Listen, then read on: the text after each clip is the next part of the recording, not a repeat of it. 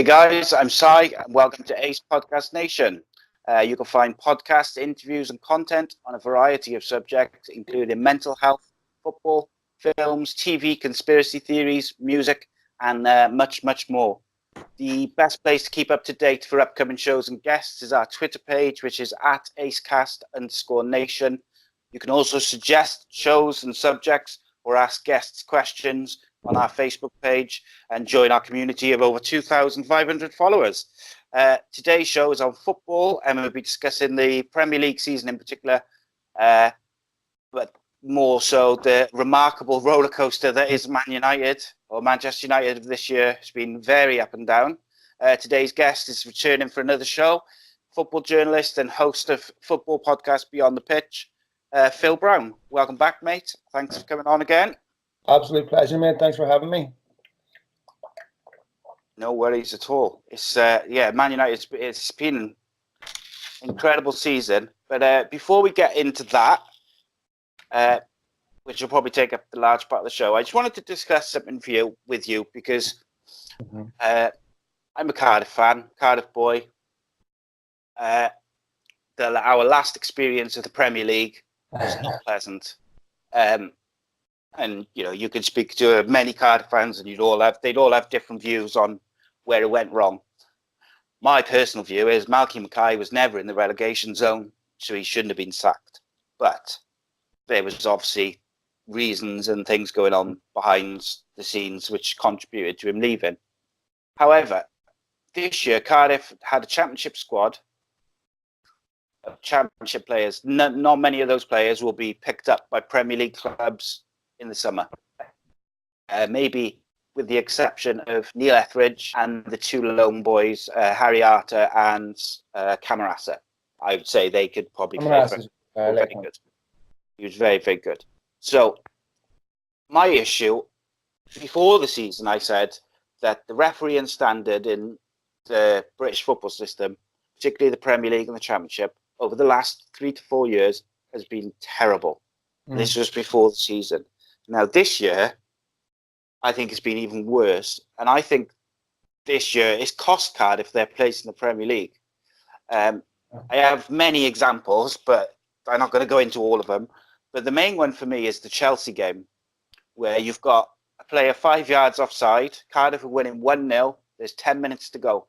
If they win that game, they changes everything, changes the morale, the momentum, everything in the changing room, the club, the fans. They believe, and I believe they would have gone on and stayed up. However, Chelsea have the goal, which is 5 yards offside. It wasn't even close. Shouldn't have stood. That's cost Cardiff. Not just that decision. There was several over since Christmas. There's been about 7 or 8 just penalty decisions or offside decisions or just things which weren't even close.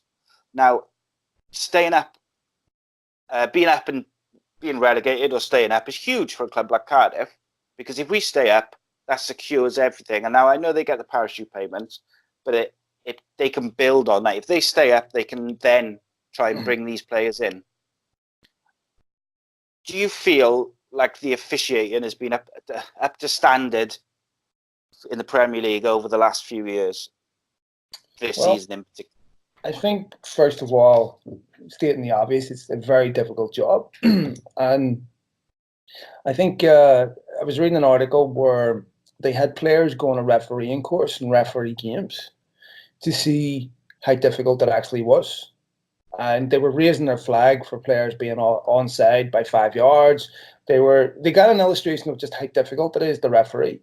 I definitely think the Premier League, there's leagues around the world that's harder to referee in, just based on the pace of the game. I think that the Premier League is extremely fast. The top teams will get more penalties because they spend more time attacking, obviously. And it's going to feel unfair to smaller teams. Cardiff did have some really terrible decisions given against them.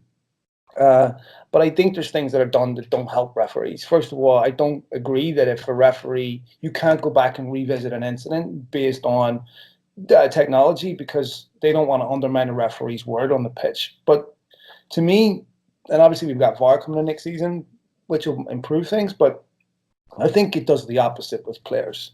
I think if you were to tell players, look, if I've got this wrong and I see it back in the video later, I'll reverse the red card. I'll reverse the decision. But they don't give referees that leverage. And I think revisiting decisions that are clearly wrong on the pitch should be corrected, because you can't have a game where it's only cheating unless you're caught. And I think it's obviously you can't reverse results, you can't reverse real-time decisions, but you can reverse decisions that have an impact on down the line, such as red cards and things like that, or retroactive suspensions for things like diving, which they're starting to do now. But if a referee sees an incident, and it gives a free kick, they can't revisit it, but you get it wrong. It's very, very difficult to referee. Very difficult. Referees are human beings too. And yes, it's frustrating for fans. It's frustrating for managers, because there's a lot of things players and managers say. Like, I think a referee should be interviewed after the game if he has a bad game, but you don't interview all players who play bad after the game. They don't have to explain their performance. I wish a microphone had been handed out to every Manchester United player to put on the shirt and made them explain their performances. So, for me, it's a very difficult job. They're not super fit athletes the way a footballer is. You're asking one guy to officiate 22 players, most of whom are ill-behaved. It's hard. Yeah, and I can completely agree. It's an almost impossible job.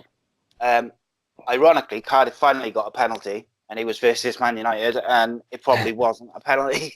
Yeah, And it didn't matter anyway.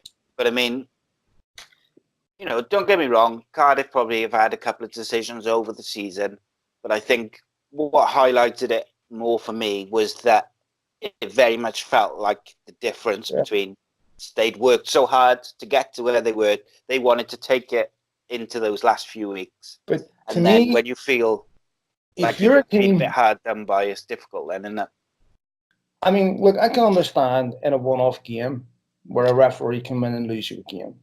But to me, over 38 games, a referee doesn't keep you up or send you down. Yeah. You do that.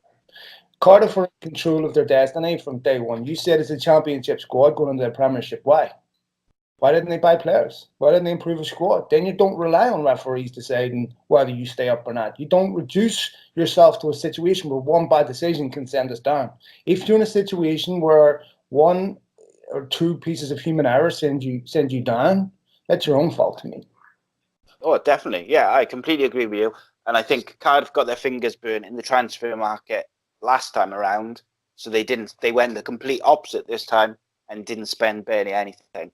And that did cost them in the day. But then you've got two examples. You've got Wolves, who spent money and look excellent.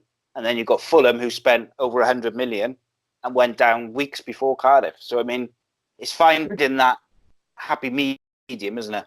No, but to me, this is like life. I mean, if I hand you 100 million and you go out and squander it on nonsense, you still bought. You can't blame the fact that you bought it, but on wasting on the fact that you don't have any money left. That isn't the reason. The reason is you bought it responsibly. You didn't think about why you want something, why you need something, how does it fit into my life. You didn't do the proper due diligence. Fulham didn't do the proper due diligence as to why do we need these players. I mean, there's some very good players there, but none of them fit within a system. We have the same problem at Manchester United. Manchester City, the team when United played City, there was £14 million separated those two teams, but they might as well have been on a different planet. So you can't say, we got our fingers burnt in the transfer market, therefore we stopped. This is why I have a real problem with people saying, oh, we're not going to bring world-class players to Manchester United anymore because that hasn't worked for us in the past. It has nothing to do with buying world-class players or not. It has to do with what world-class players you buy and why you buy them. So, I mean, that is absolutely absurd to me. It's like saying, my first parachute didn't open. My second one did, therefore I'm not going to jump out of a plane without a parachute this time. I mean, it's ridiculous. So to me, I think it's not about buying, it's about buying properly. And if you waste money in the transfer market, you must blame only yourself for that. Yeah, and I mean, at the end of the day, whether you've got 100 million to spend or 20 or 5 or whatever, if you know what you need, if you need a right back or a left back or whatever it is you need to make your squad better and to play the way you want to play or the manager wants to play, then that's what you've got to address.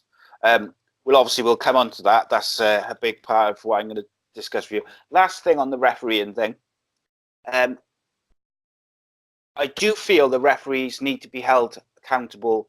I do agree with you that they shouldn't be up for interview after the game because I think it achieves nothing other than makes people more angry in the long run. However, for instance, with that particular decision with the Chelsea, Neil Warner criticised the referee, rightly. We want managers to speak honestly after in their interviews. We don't want them to trot out the usual cliches. We want them to give their opinion of what's gone on. He was fined, I think it was 10 grand. Well, basically, he was fined more than some nations and clubs have been fined for racist chanting and abuse.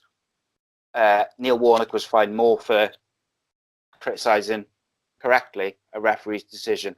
And by the way, the same referee was refereeing a Premier League game the next week.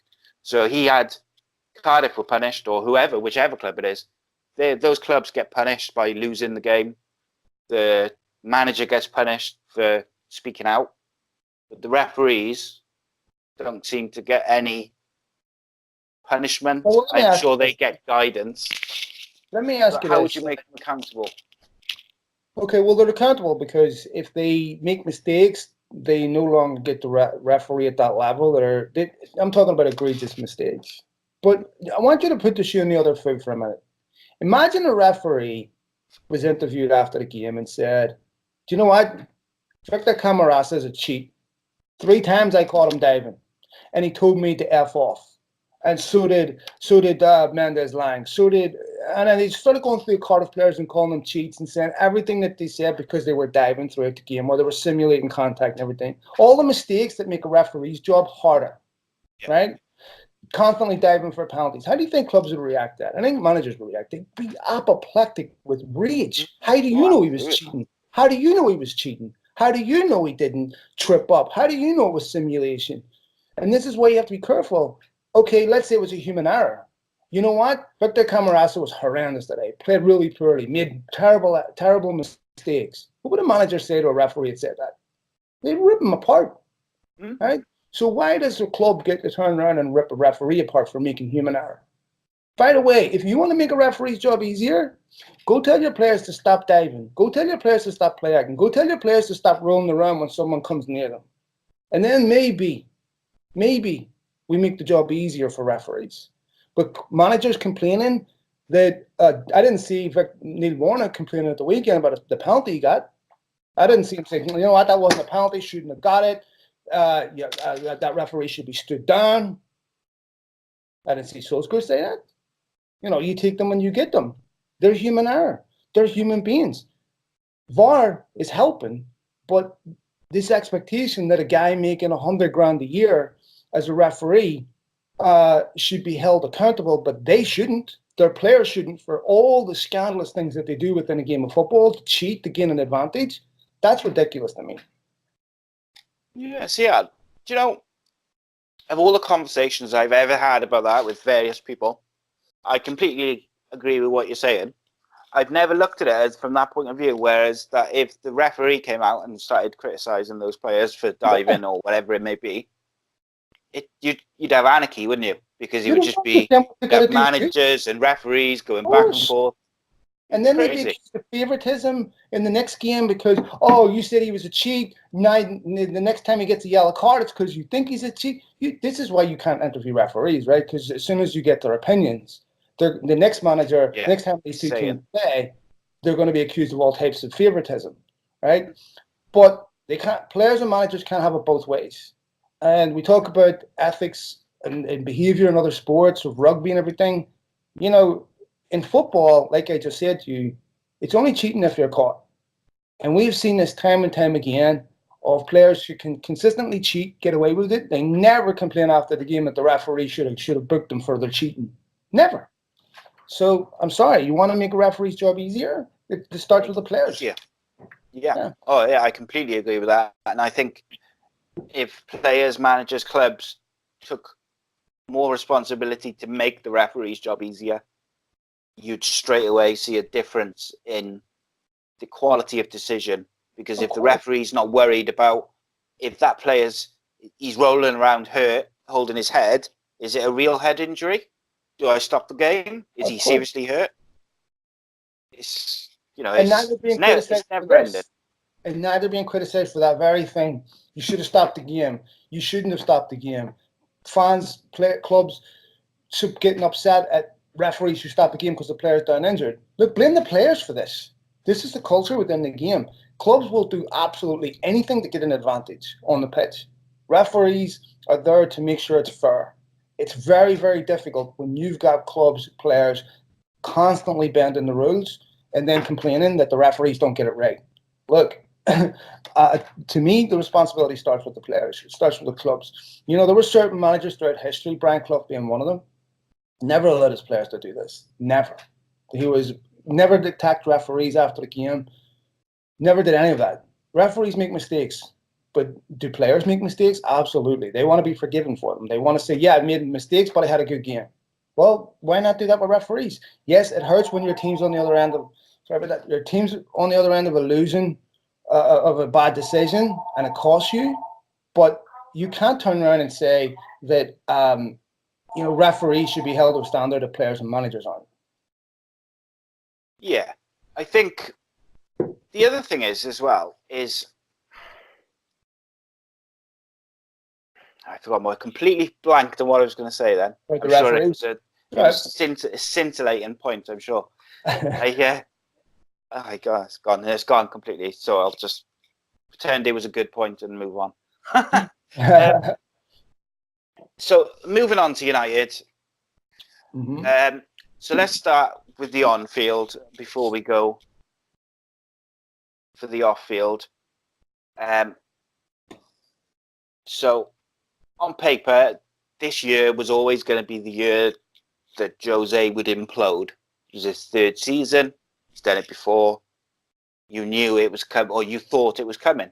What was different, I think, this year was United extended his contract last year. So part of me was thinking, oh, maybe it'll be different.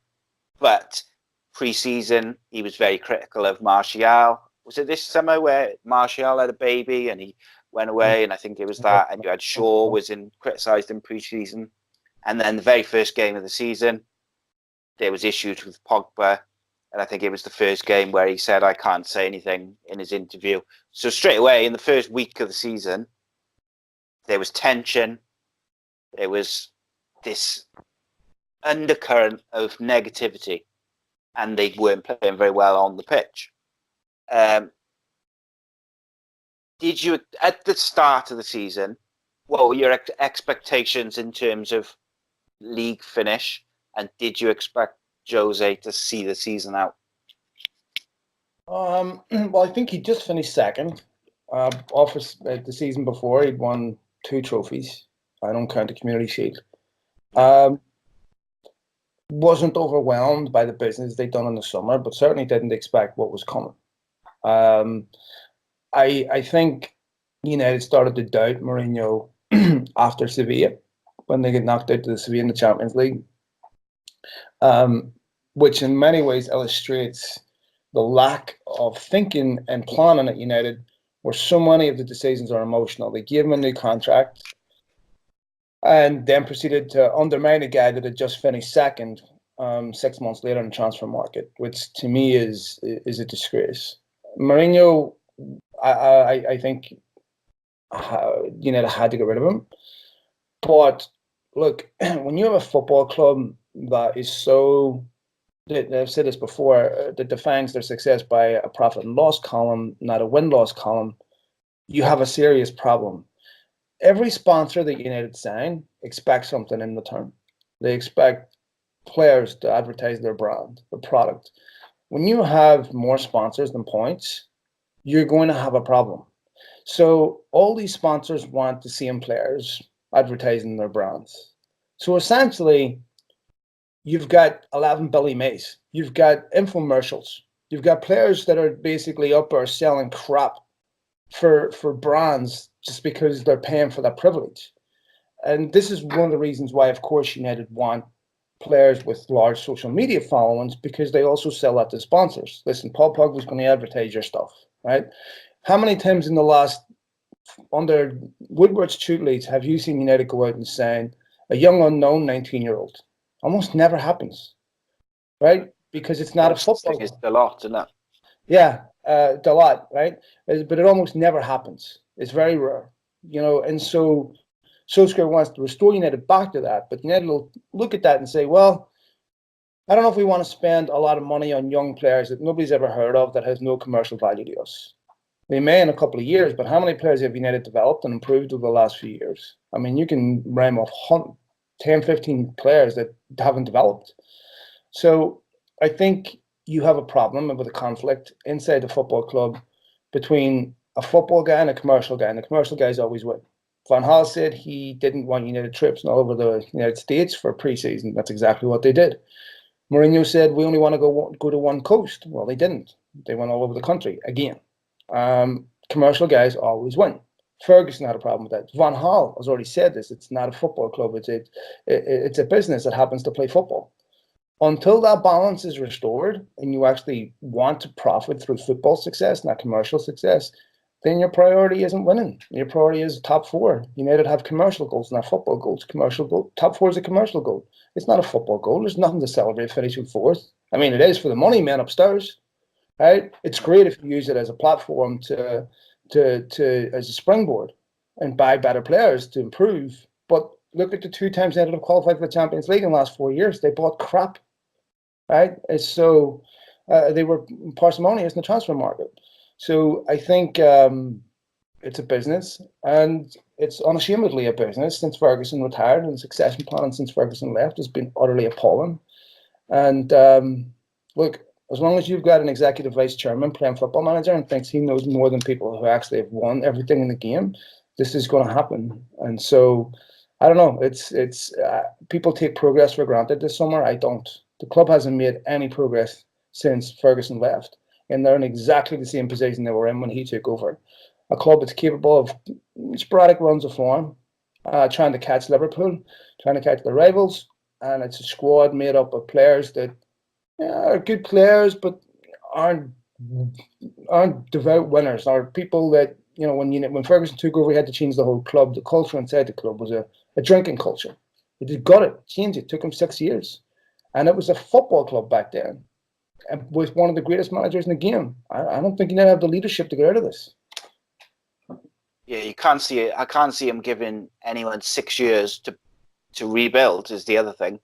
Well, no choice. No, they haven't. But whether it's one guy or not, I don't know. Solskjaer feels like he's under a bit of pressure already because of the end of the season.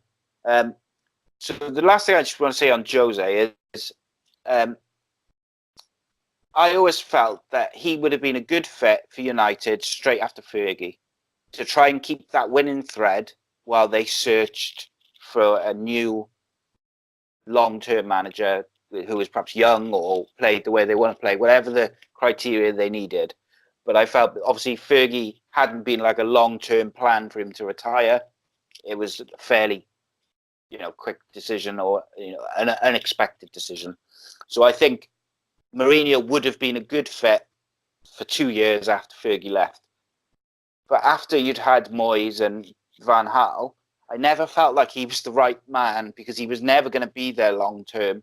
So you were always going to be back in this position unless he won everything, which he was never going to do unless they gave him an open checkbook, which they never wanted to do, which is another issue. Is you sign a checkbook manager, you have to give him the checkbook to do what he does.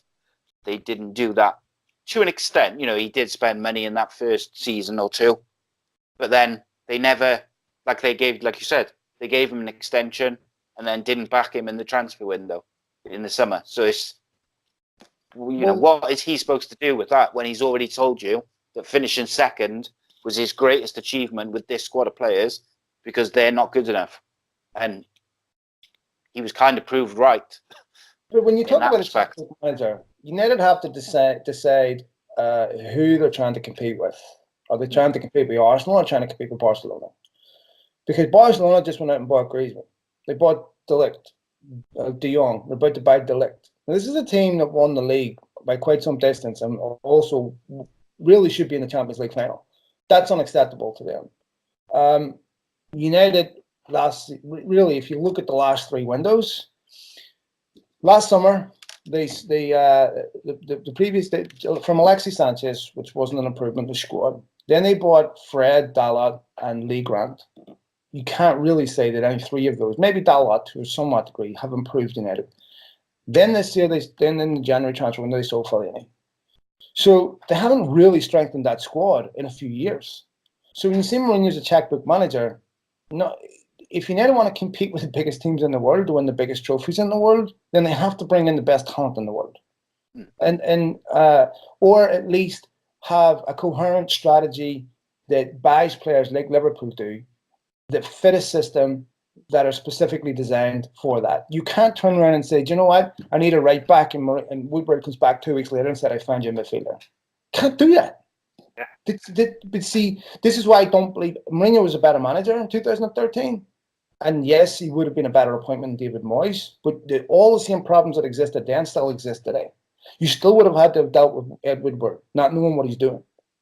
I think it would have ended up exactly the same. I think it would have, because you've got people talking about Manchester United DNA, which is a complete myth. How on earth can you ask for Manchester United DNA when the people above your head who run the football club and set the culture don't have it themselves? I mean, Ed Woodward doesn't have Man United DNA. It's absurd to me. And the cheapest currency in football is rolling out, in any sport, is rolling out legends when things aren't going well. And, director of football, first of all, what is it? And secondly, how would Woodward know a good one from a bad one? There's nothing about football. No. Right? No. And so until that leadership changes, this is changing the tires on a Ferrari. It doesn't matter. Yeah, and if we go on to the director of football thing, I think like we discussed before when we did that quick show on United, in that it's not just the director of football they need an overall structure, a restructure off the field, away from the coaching, which actually supports the coaching staff. So the coaching staff want to play a certain way, a certain formation, and these are the players they need. So then the scouting network all across the world finds players who are good enough and fit the criteria the manager wants. And then you have your director of football who supports them and gets those deals done. At the moment, it feels so disjointed and so, like you say, how long have they needed a right midfielder for? Years. Well, I think the last one they had to was an out-and-out right midfielder. It was maybe Nani. Well, they signed Sanchez allegedly for that position, but he has never played though. Well, the cost to keep him is more than the cost to get rid of him at this point. So I think again, another signing that was made without serious thought given to how is this guy going to play? How is he going to complement what we do? And here you have a problem now of getting rid of these players, because how many people are going to look at these players and go, do you know what? That's what we're missing. Because none of them look even they don't even look Premier League standard. So clearly talent is not an issue. Talent. These players are clearly talented. That's not an issue.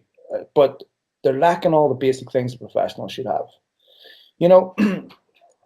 The football pitch should be a sanctuary. If you've got problems going on in your personal life, most people, whatever sport they play, when they're in that arena, that's their escape from all the nonsense that goes on inside their life. Maradona's documentary is coming out where he talks about how important the football pitch was to get away from all his personal problems. Whatever you're doing in your personal life, the football pitch should be that sanctuary from all the nonsense. That should be the place where you're happiest.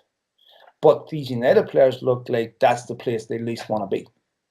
And all the nonsense that's going on in their personal life, they're almost celebrities that play football. And that's a problem, right? And so even when United had Beckham going through this celebrity stardom, they still can't manage to make sure he focused on his football. And that's still a guy that played for United, Real Madrid, PSG, AC Milan, right? He's still a superstar. And you don't get to those clubs because you can sell shirts. You No. have to contribute something. So I think I'm trying to single out a single decision that's been made since Ferguson retired that actually has gone right. I mean, you have to be a special type of idiot to spend 800 million and look this bad. So why on earth would we expect any change when no change has been made? We made an emotional decision with Solskjaer, which I supported, and now they're in a horrendous position of starting to doubt whether he's the right guy, and most likely that'll be reflected. Now they're in a situation where they know they have to spend massive amounts of money this summer to bring in the players that they need, and they're not convinced they've got the right guy in that position. And if he's not the right guy, do they want to keep doing this? Keep rebuilding, buying hundreds of millions of pounds of players? Certainly that's not what the Glazers are in it for. No, it's definitely not.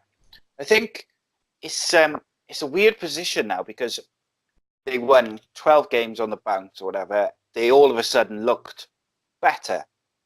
I thought that people got a bit carried away because I didn't think they looked amazing.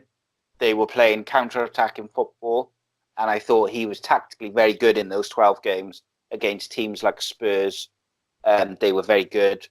But I didn't think they were like, they weren't like the United of old, tearing teams apart. They were scoring goals, but a lot of it was on the break, soaking up a bit of pressure. They were certainly moving the ball quicker. But what has changed from those 12 games to then get 2 points from the last however many games it was? Apply it to your own life. We've all been in situations where we've made New Year's resolutions and we stick with them for 3 or 4 weeks with massive enthusiasm and hunger, and we just revert back to normal, right? Because we just can't be arsed anymore, right? Because this requires discipline, it requires focus, it requires actually making changes in your life to be able to consistently do that. It also requires you to be addicted to the results of improvement. So most people, if they're not being put under pressure to achieve certain goals that make them uncomfortable, give up. So you can do it for a short period of time because form is temporary and class is permanent. You can show that you look great. You can show that because the talent is there. But the professional discipline, the professional focus that it takes to do that every single week is not there. The hunger is not there. The addiction to the result is not there. If it was there, United would have comfortably finished top 4. Comfortably. But they didn't. And so you saw this temporary change. It's kind of like a relationship. You get in a big fight, you go to marriage counseling, everything's great for a couple of months, and then it's back to normal. That's where they're at. Water finds its level. This is their level. So you've got nobody inside that dressing room that is demanding standards then they can't be dropped. We all adjust to our own working environment. If you go to a particular job and the environment in the office is high performance, and anybody that doesn't high perform is going to stand out and you're going to look silly. You will do everything you can to maintain a certain level so that you don't look stupid, right? And so that you're performing according to your peers. But if you've got an office where everyone's sitting scratching their arse, looking at different things on the internet and munching stuff, and there's no discipline, you will eventually adjust to do the same thing. Yeah. So you need people in there that says, this is unacceptable. We must win. These standards are not good enough. Nobody does that at United. No, and I think it was mind-boggling to see the difference in effort from those 12 games where they all looked happy and motivated and like they would go through a brick wall for that manager. Then all of a sudden, literally days later, they looked like they did when just before Mourinho got sacked. Like they didn't want to be on the pitch. They didn't want to play there. They didn't want the ball. They didn't want to run. They weren't motivated. And the only difference I could see, because I was looking earlier just through some old like newspaper reports from around the time where they started to go downhill to see if there was any tabloid stories of, arguments or some sort of big incident which maybe kicked it off. And I couldn't really find anything, nothing of note that would have been like, oh, maybe that caused a bit of a stir. The only things I could see was people like your Jones, Smalling, Young getting new contracts. You could, and you had obviously Herrera and other people who were negotiating. Then you had Solskjaer got the job, which you would think that everybody, players-wise, was happy with because they were all so happy for those 12 games under him. But something changed. And I wonder whether people like Pogba, Martial, maybe Lukaku, or those players who are seen as the upper echelon of talent in terms of ability of that squad, are looking at those contract renewals and thinking, does the club have the same ambition as what I want to be? Because I got to be honest, if I was Paul Pogba, now taking out, I'm not saying that he's been great or because he needs to do more every week, but if I'm him, when Solskjaer's come in and they're doing well, I'm thinking, good, we're going to get some quality in around me and we're going to really push on. And then you're seeing Ashley Young, who's playing dreadfully every week, get a new contract. Phil Jones, who can't stay fit for more than half a season and looks like he's got a mistake in him every game. Same with Smalling. They're all getting new contracts, and suddenly those players are thinking, how are we going to push on with those same players getting long-term contracts? And not just that, like Ashley Young was continually picked while playing badly and captain. That's no excuse for anybody dropping their own standards. Oh, absolutely. No, I agree. You can, like, I'm sure in just about every football team, players look at other players as inferior. That happens at every club, right? It happens in every business. Human beings have a particularly high opinion of themselves and usually think they're better than their colleagues, or certainly better than some of them. So, yes, but if you look at some of the best players in the world, they haven't always played for the best teams. They didn't drop their standards. And I'm sure when Ronaldo came, he looked at people that was playing for United at the time and going, Kieran Richardson, he's crap. Right? These players are crap. Didn't have no impact on his development as a footballer. None. No. He was so determined to succeed. This is what Roy Keane was saying about players needing to motivate themselves. You are a professional athlete. Your job is to make sure you perform. You're paid as a professional. If your colleagues don't perform, you ask any striker, would they rather score 2 and lose or not score and win 1-0? Most strikers will say they'd rather score 2 and lose because they'll feel like I did my job. Yeah. That's what I'm responsible for. My job. What everyone else does is up to them. And if these players aren't good enough for us to win, then I'm going to get a move somewhere else. How do you get a move somewhere else? By impressing. Right? So Anthony Martial's excuse for playing crap is Ashley Young isn't very good. That's not an excuse. That shows you lack professionalism. Right? I mean, I can't get up and say I'm not going into work today because Geraldine and accounting is crap. Yeah. It doesn't work like that. You must hold yourself to a certain standard. And that, to me, is the mindset of if that happens. Look, I can understand Pogba saying, you know, I don't want to stay 3-4 years till you build a team good enough to win the Premier League. I want to leave. Okay. I have no problem with players leaving. To me, it's about how you leave. Players leave, come and go, and when clubs have no use for a player, they'll either they'll sell him, release him, just like they do with managers. So therefore, I don't think clubs have any right to expect loyalty from players when they're not loyal themselves. It's a mutual relationship. You deliver, I deliver, I deliver, you deliver. Once one of them things stops happening, then players leave. Paul Pogba was good enough to play for almost any team in the world.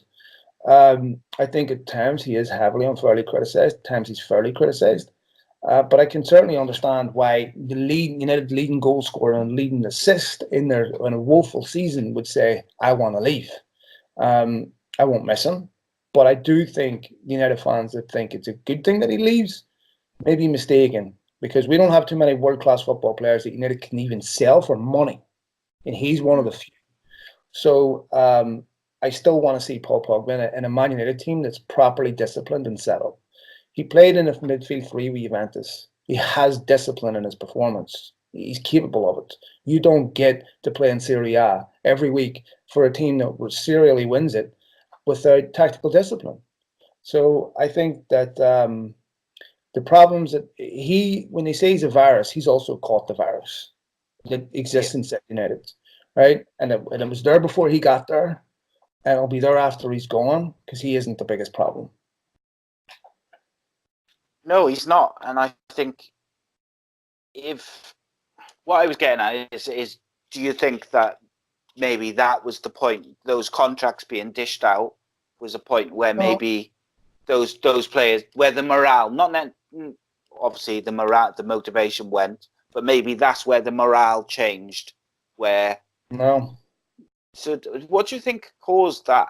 Do you just think it was just a lack of self, like they weren't taking enough pride in their own performance? I think Because it just seemed like morale went. Yeah, to me, it goes back to a couple of problems. First of all, it's almost an unmanageable football club. You cannot have a situation where you don't know who your boss is. So if you work, again, I'll apply this to any working environment. You go to work and you've got someone that has a title as your boss, but is constantly undermined by the guy above him who says, you know what, I know he tells you to do this, but listen to me. Do what I tell you. If he tells you to do this and I tell you to do something else, do what I tell you. Okay? So if you've got Paul Pogba or any other player having their wealth determined at Manchester United, their worth determined based on their commercial value, then that's a problem. If Solskjaer says to the board, I want to get rid of this guy, you can't. He's worth too much to us commercially. Then what do you say to the players? You get exactly the same situation that happens at Chelsea. They don't respect their manager. They don't care what he says. They do what they want because they know that my employment here and my financial reward here is not based on anything you're telling me to do. You know, if United had an option of Paul Pogba never playing again for Manchester United, but his commercial value skyrocketed, they take that because the priority is not football. So when you have and look, the owners don't care about what fans think. They just don't care. The only time they care is when it affects sponsorship revenue. When you get a toxic atmosphere in the stands, that's when they start to care. Because it's hard to sell to sponsors brand association with a club where the fans are really upset. So for me, I don't think it has anything to do with players getting renewed contracts because that still shouldn't affect their own individual performance. There's very few players inside that Old Trafford dressing room that could expect to go to bigger and better clubs than United. They haven't earned that.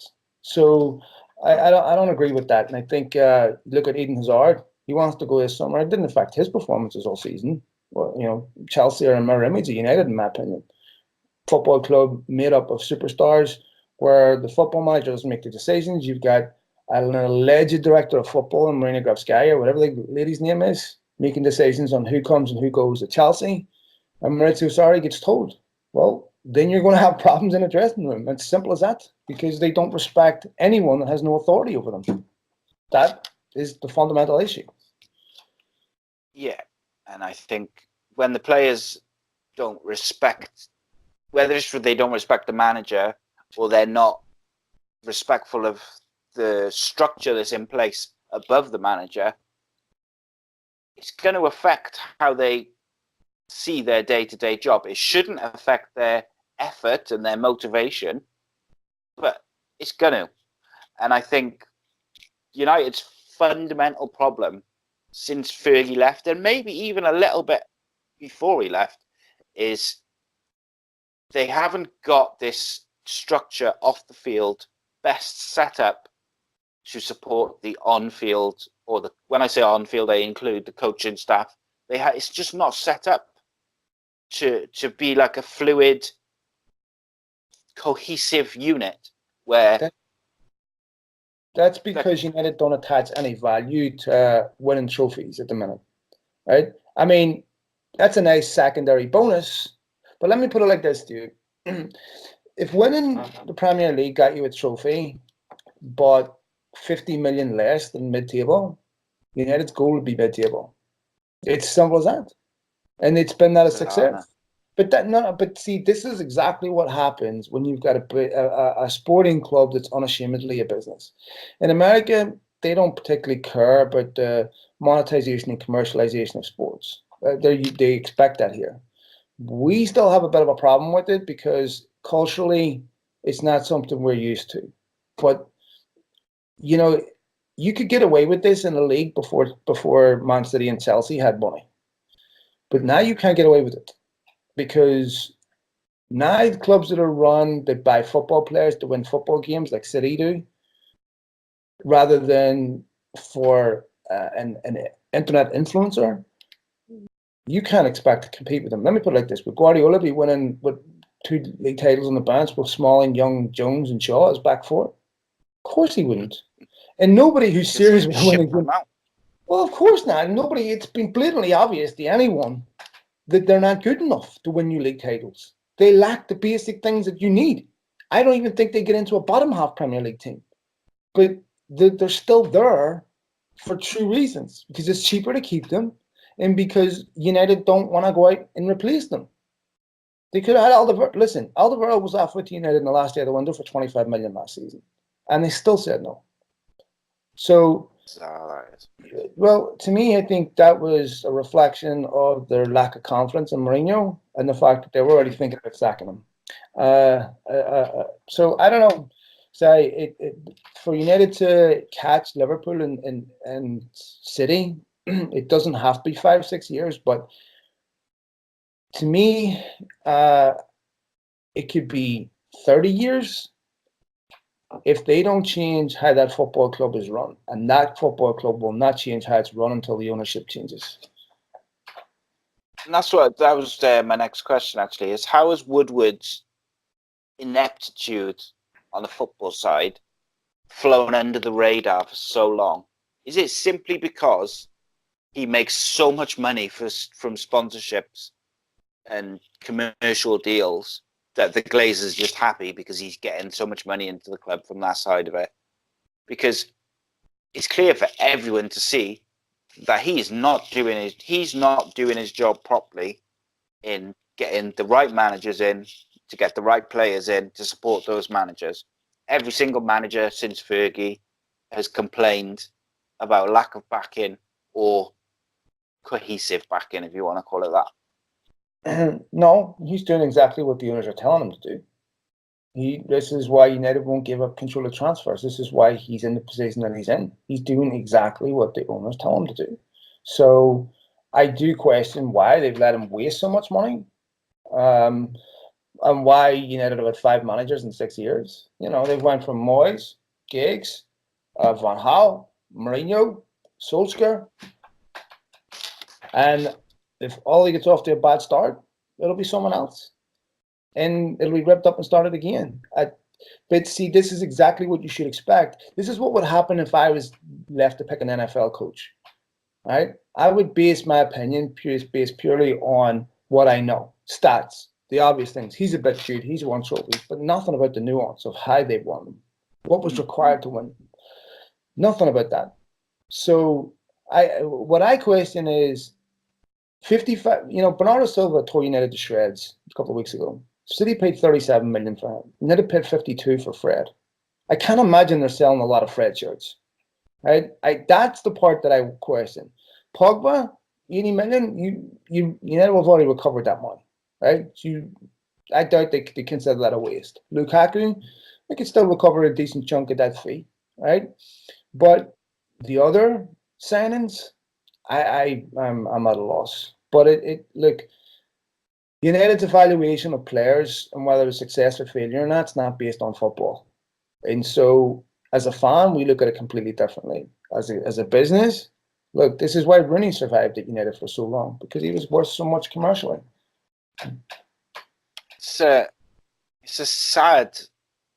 I think it's a sad situation because, Manchester United, Britain's most successful club, are no longer basing what they term as success on the football pitch. And I find that a really disheartening, almost depressing thought. Yeah. But like you say, it won't change without the owners changing. And obviously there's been some rumours of late about some, I'm not sure the name of the people, but people based in Dubai or Saudi Arabia, I think it was, to take over the club. I don't want to touch politics and stuff like that. So just a quick hypothetical question before we move on quickly to some other stuff.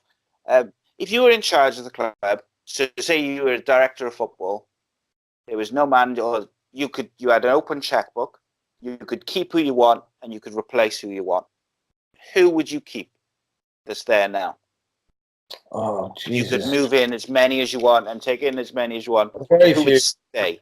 I would let most of the kids stay. I would keep Rashford. I know a lot of people are it splits the opinion, but so does just about every United player. I still see a lot of things in Rashford. I see effort, I see desire, I see hunger. He's in poor form, but that can be rectified. I would still keep De Gea. I would keep Lindelof, Dalot. I would keep. I'd say to that, Luke Shaw is not good enough. Ashley Young not good enough. Smalling Jones not good enough.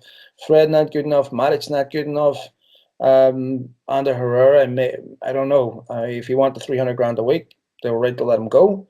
Mata needs to be moved on. Martial, if he doesn't want to play, needs to be moved on. Lukaku doesn't fit the way he need to play. They don't play with a large target man the way they want to play. So those would be the obvious. Alexis Sanchez, obviously.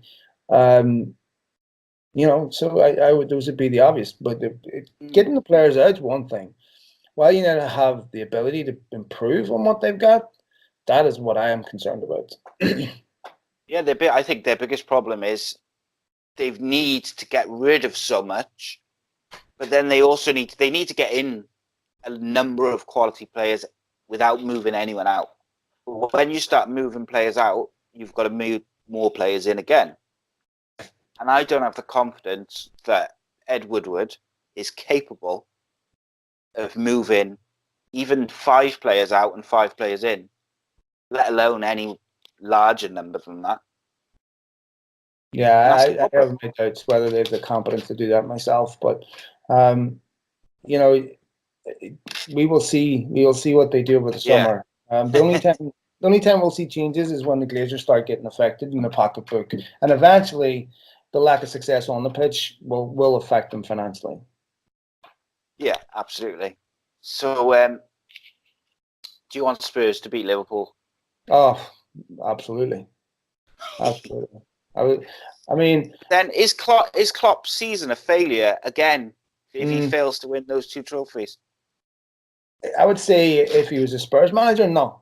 But a club like Liverpool that defines itself by trophies, he wasn't brought in to finish second or lose another final. And nobody will remember how great they were 2-3 years from now. The fact is they didn't win it. The fact is City were battered. Yes, the margin was tiny. And yes, to me, he's done an unbelievable job with the players at his disposal to get that type of consistency out of them. But Liverpool is one of the biggest football clubs in the world. And, when United finished second, it was a small consolation. Because you're still second. Even though the points gap was much bigger, still the same position. I think for Klopp to be, he said it himself, if he's 4 or 5 years without a trophy, he would have to leave and go to Switzerland.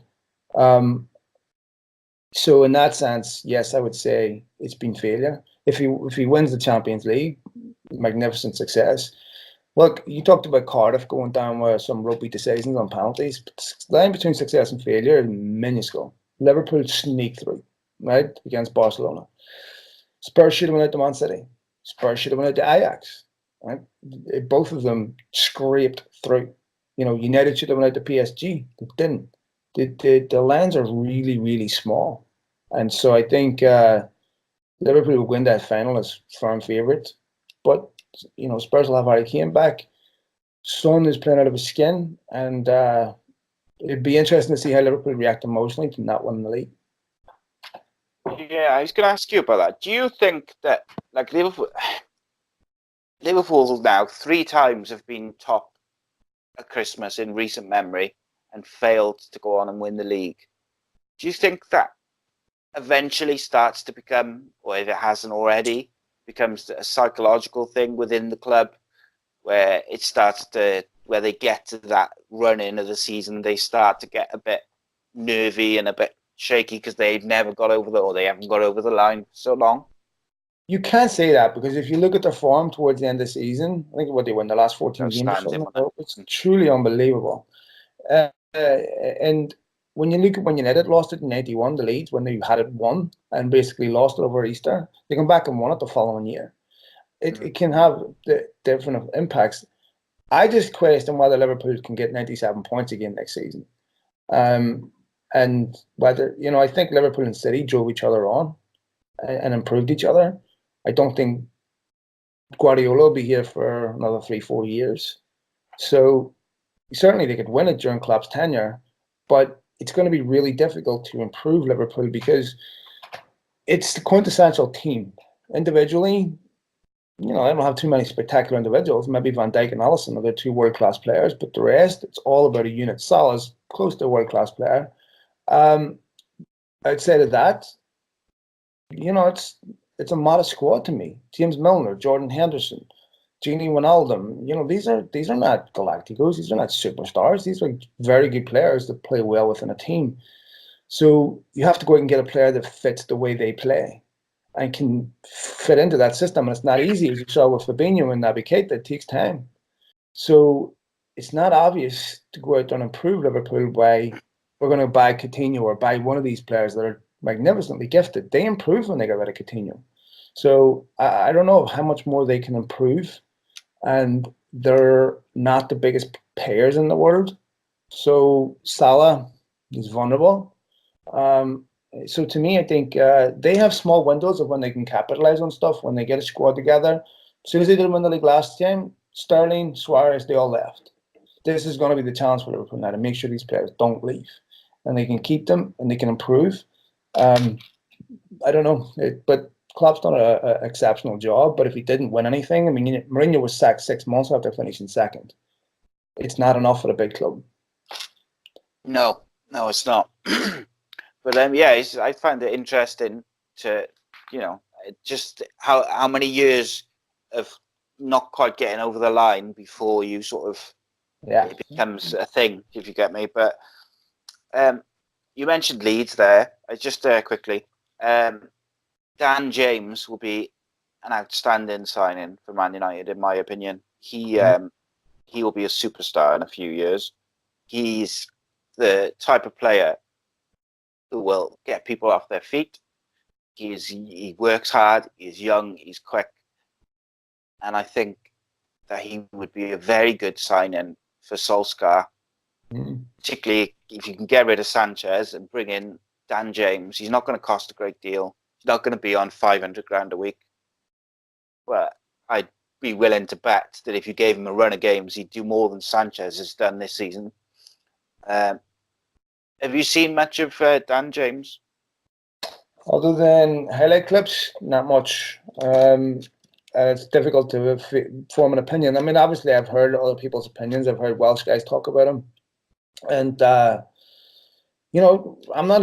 think signing a young 21-year-old, as long as United aren't expecting him to come in, it'd be the starting wide player. Why not? United need to supplement their squad with more young players that can come off a bench, make an impact, and that they give them hope for the future. So I think they need an established wide player, but if he was signed as a backup, why not? Yeah, and I think people forget, don't they, that United signed Ronaldo as a, was he 18? 17. Pretty 17, 18, pretty unknown. And they developed him. That's what they used to do, was buy these quality sort of young players and make them into superstars. Ronaldo developed himself for me because he would have done that at any football club in the world. If you'd have had him at FC Baku, you'd still got the best player in the world. But I know what you mean. I mean, but see, that's what I'm saying. At a football club, nobody can develop you. You have to develop yourself. All the facilities are there, everything. Coaching is just there to refine your game. It can never teach you the essence of the game. Coaching is there to refine you, improve you, to take away bad habits. But everything has to be done by you.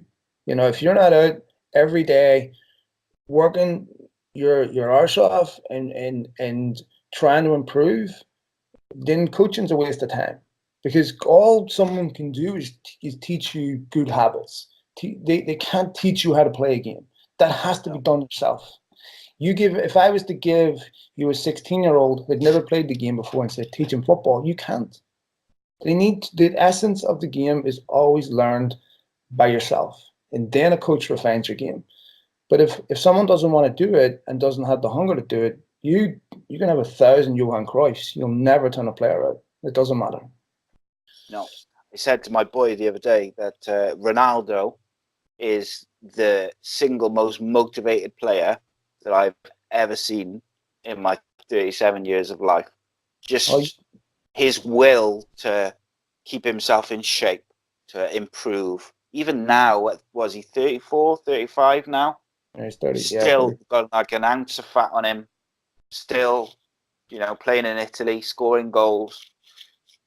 He's lost a yard of pace, so he's changed his game. So you can find Phil, is it at Malachians, isn't it, on Twitter? Yes, mate, at Malachians, and I'm happy to come back anytime and do it. Give me a shout at Malachians. That's Malachians on Twitter. That's the best place to find me. Cool. And you can find us on at ACEcast_Nation. Most of all, subscribe to the YouTube channel, which is Ace Podcast Nation. That's the best, the quickest way to support the show. Cheers, Phil, and cheers everyone for watching and listening.